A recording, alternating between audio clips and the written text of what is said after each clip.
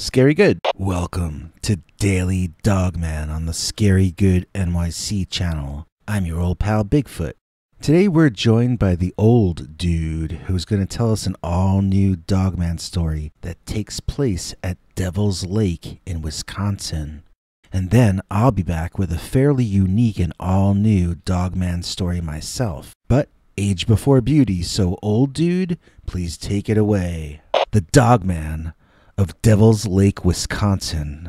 Dear Daily Dogman, I've got a story about seeing a red-eyed, demonic-seeming, dog-headed entity one time at Devil's Lake in Baraboo, Wisconsin. Devil's Lake is a wild area, but it's a wild area located inside and near other wild areas, so there's a lot of forest in that spot. There's a lot of game and predators, too.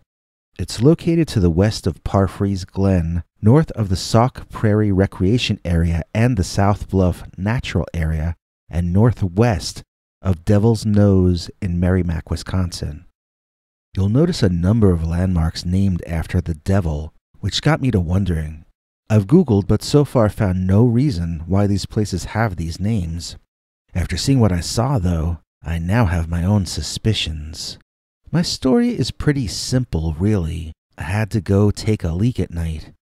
We had made camp and had a good campfire going, and we were all feeling very loose and happy. It was me, my girlfriend, her best friend, and her best friend's boyfriend, who I got along with pretty well. I forget what we were doing, but it was fun. So I took my break and wandered off into the woods to do my business in private, or so I thought. Right in the middle of my BI business, though, I got the feeling that someone was watching me. It gave me a chill, and I shivered, almost wetting my sneakers in the process. I looked around nervously. I couldn't hear sounds of anyone else there, and yet somehow I could, if that makes any sense. It felt like there was a presence there, that the density of the air was different, or the vibration, to use a hippie term. I couldn't find proof to back up my suspicion, yet I was nearly certain that not only was someone there, but that it was probably someone who had very bad intentions toward me and my friends. I finished up and got ready to walk back, the mood having been entirely changed. And I wasn't sure by what. And then, in the last split second before leaving that place, I saw them. 2 red eyes in the darkness of the forest. 2 red eyes shining back at me. I felt instantly sick, either from fear or possibly because the owner of those eyes wanted me to. I felt like I was in the presence of a vampire, that my thoughts and feelings were being controlled and manipulated by whatever that was. I turned away and realized, no, I was still under control of myself. I ran back to the others and started babbling about seeing eyes in the forest and how we all had to leave, where the other 3 were not in any mood to leave. To them, the party was just getting started, and we were going to sleep over in our tents. At first, they tried to shush me, but when I kept insisting there was some kind of red-eyed monster in the woods, they began to see it as some kind of possible sport. They asked me to take them to meet my red-eyed monster friend.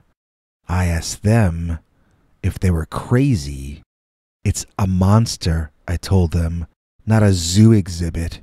But they were drunker than I was, and they prevailed upon me to take them back to the spot where I had done my duty, so they could see for themselves. Even though I had just been there a minute earlier, I initially got lost in the dark on the way back.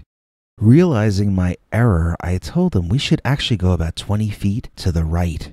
I turned to point to where I meant, and everyone whose eyes followed where I was pointing got treated to a full-on view of the red-eyed peeping Tom of the forest. I could see him up to his torso. It was some kind of savage, caveman type guy, or at least that was my first impression. It seemed like a man covered in fur, and I guess that would be because that was essentially what it was. We all gasped and reacted in shock. This was obviously not what any of us were expecting. But then, the hairy man moved out from behind some foliage to see who was gasping in the darkness. He wanted to get a better look at us, and in so doing, he gave us a better look at him. He was not a man. He was a dog, or a wolf, or a coyote, or something. What I'm trying to say is that this was some form of canine. It stood like a man, and had the chest and arms of a very strong and tall caveman-type humanoid, but its head and its back legs were very canine. I cannot say whether it had a tail, as it was facing toward us, and it was dark out. All I know is that when that dogman saw us seeing him, he got crouched down into a fighting position and made like he was going to charge us. I ran away. My girlfriend ran away. My girlfriend's best friend's boyfriend ran away. That left one person, my girlfriend's best friend. We didn't realize she wasn't with us until we got back to the camp, and my girlfriend started screaming we had to go back for her. The boyfriend said no way, so that meant I was given the assignment. Now this was entirely unfair. I was the one who warned everyone about the red-eyed monster in the woods in the first place. I suggested we all leave. I didn't suggest we go into the woods after the thing. That was Genius Boy's idea, and he was now acting too scared to go into the woods to save his own girlfriend. I was so annoyed at my friends, it actually overrode my fear. I marched into the woods looking for that girl. I found her standing, transfixed as though hypnotized, staring out into space. I looked where she seemed to be looking, expecting to see the dogman, but all I saw was darkness and woods. That didn't mean he wasn't there, said a thought in my head, and I shivered all over again. I waved my hand in front of the girl's eyes, and she batted at it like it was a bug, but it broke her trance. I grabbed her arm and dragged her back to camp, and reported what had just happened to the two others. We left almost all our camping gear there, deciding to try to come back the next day during the daylight to retrieve the rest. Jogging to the car, I could not wait to get out of there. Once we were in the car, my girlfriend's best friend said, "Look!" And there, in the woods, directly in front of our parked car, was the red eye shine that I had told them about in the first place. The thing was still there, and it was still watching us. We screamed at the boyfriend to get us out of there as it was his car. I remember him fumbling with the ignition, and the next thing I remember was the sun glaring brightly in my eyes as I woke up. We were still there, parked in the exact same spot. Everyone was asleep except me. I had been the first to awaken. I got everyone up, and nobody remembered any more than I did. We were going to leave, but then it was morning. The others no longer remembered seeing the red eye shine in the woods. They only remembered being nervous and wanting to go. They also no longer remembered seeing the dogman, and they didn't remember the girl going into that trance when I had to wake her up. Since it was morning, we got out of the car and packed up our tent and gear properly, taking them with us. Come to think of it, that was the last time I ever went camping, ever. All four of us broke up soon after. Well, I guess my ex is probably still best friends with her bestie, but you know what I'm saying. So that's the story of the one time I saw a dogman, and it's also the story of why I have absolutely no proof or corroboration that it happened, but it did happen, and it happened at Devil's lake. We'll be right back with another Dogman story right after this. Debbie, I don't understand your cosplay costume for St. Patty's Day Northeast Comic-Con. I'm going as a leprechaun from the movie Leprechaun. If he was a, bikini model, yo. Hooray! The Curse of Dogman. Dear Scary Good, when I was a kid, we had a crazy old guy living next door to us. He hated us and was kind of irrational about it. No matter what we did, it got him upset. He clearly never wanted to live near kids, and he hated everyone in our family equally. One day, an ambulance came to take him to the hospital. As they were wheeling him in on the gurney, he saw us looking at him. With amazing strength considering the circumstances, he shouted to us that he may be dying, but we hadn't seen the last of him. He shouted that he was putting a curse on us all. He said we were to be cursed all our days, and the curse could never be lifted or broken. My two sisters and I were really upset about this. We took it very seriously. My father shouted at him that he was a horrible old man, and he would soon be out of his misery. He soon was. A new family moved in next door that was much louder than us and gave us a taste of our own medicine. Rather than stay home that summer vacation, Dad decided we would rent a cabin in the woods and get ourselves some peace and quiet. We got the cabin. We didn't get the peace and quiet. Well, I guess we got a few hours of it as we unpacked, but that first night already, the howling began. Yeah, it howled outside. We thought it was a dog doing it, but Dad told us it was a wolf, and we'd better stay inside. He also told us not to go up to or pet any animals we saw, not even if they seemed tame. He was very adamant about this and made us all promise. He didn't have to worry. The animal we saw was not one that we would ever want to pet. I had the top bunk and my two sisters were sharing the bottom bunk in the second bedroom in the cabin. I couldn't sleep because I thought I heard someone walking around outside. I was visualizing some kind of serial killer, but I couldn't really see much out of the window from my angle. All I could really see was almost straight down, but eventually something did walk into my field of vision. I could only see its paws, but it looked like a dog. Then it walked to its right, and I never saw its back paws come into view. That didn't make sense. I had to think about it for a while. Was the creature walking on its front paws like a circus animal? I was imagining it with its back legs up in the air walking around outside the window, and even as a kid I knew that made no sense. My father would yell at me if he caught me out of bed at night, even on a vacation. So, I was intensely curious about what that thing was, because I climbed down out of the bunk bed and tiptoed around the place, peering out of each of the windows in turn, looking for a better view of whatever kind of animal that was that I had seen.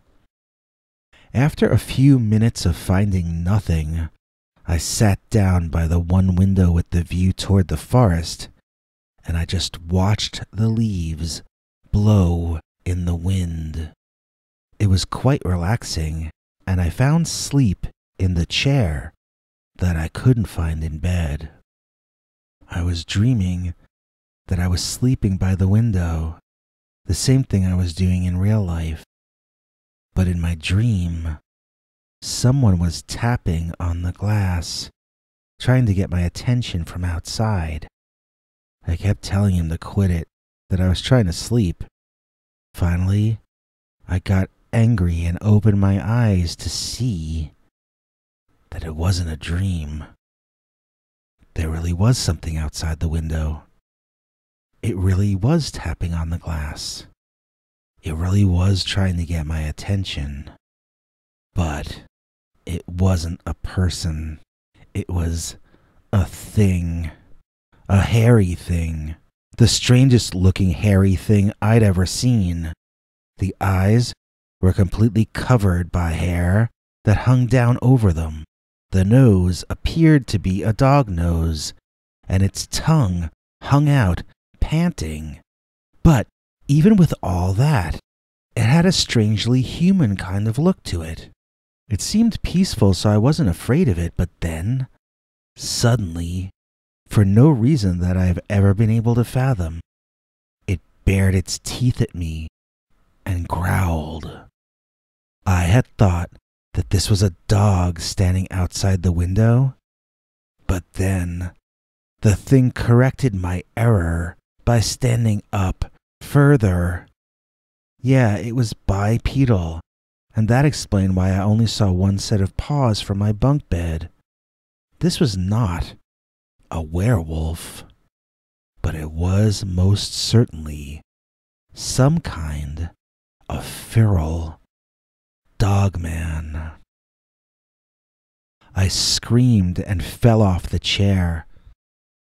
The animal seemed angered further by this and began some odd kind of display or demonstration of its size and fearfulness.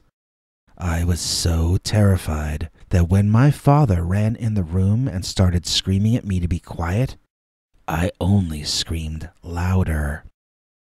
I pointed at the window and my father wouldn't even look. He was telling me it was all a bad dream while the monster was literally still standing outside the window, growling at me. Mom followed him into the room and saw the thing outside at once and screamed. This startled the monster and it ran away. Now my father was ranting about how we were all crazy. He had never even looked where I was pointing.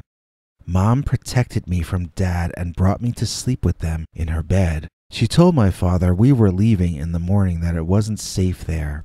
I told him it was the curse coming into action. He told us both to be quiet and let him get back to sleep.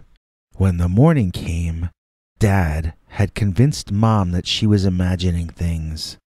I felt very betrayed by her siding with him, but I was used to it. She knew the monster had been real, and she knew it was unsafe for her and her kids to be at that cabin, but she always caved in to her husband. So that day I didn't want to play outside, and this annoyed my father to no end.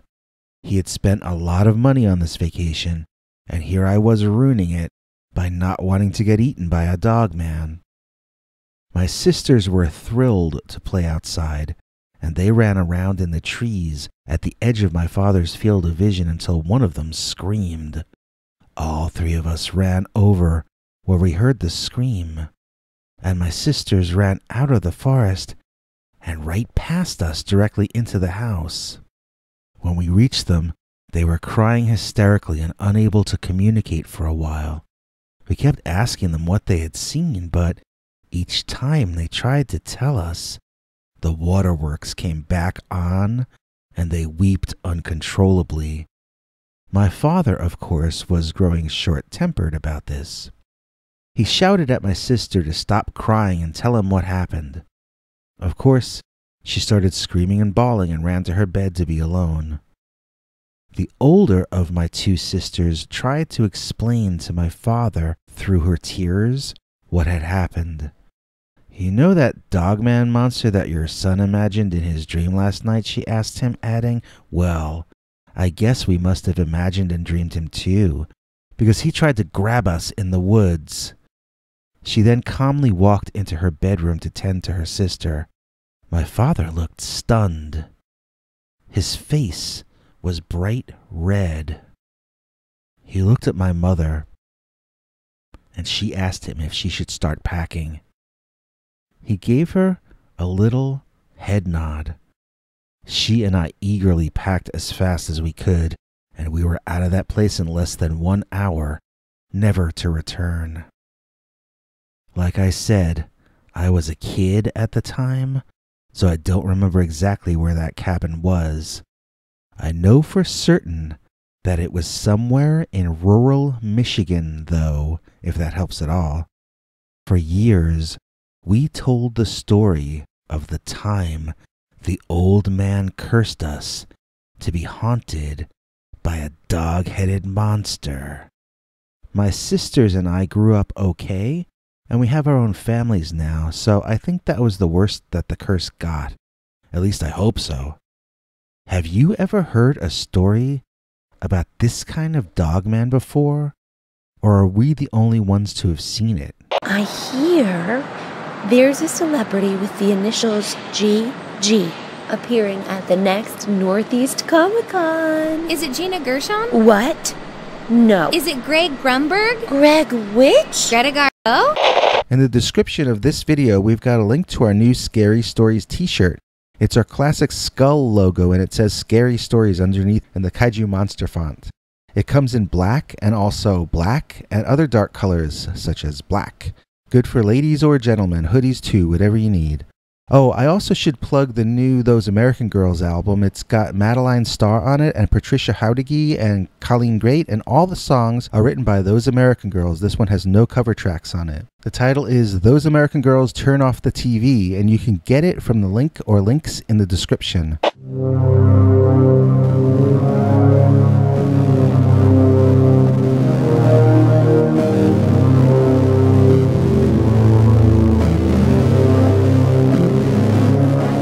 Come back for more scary stories.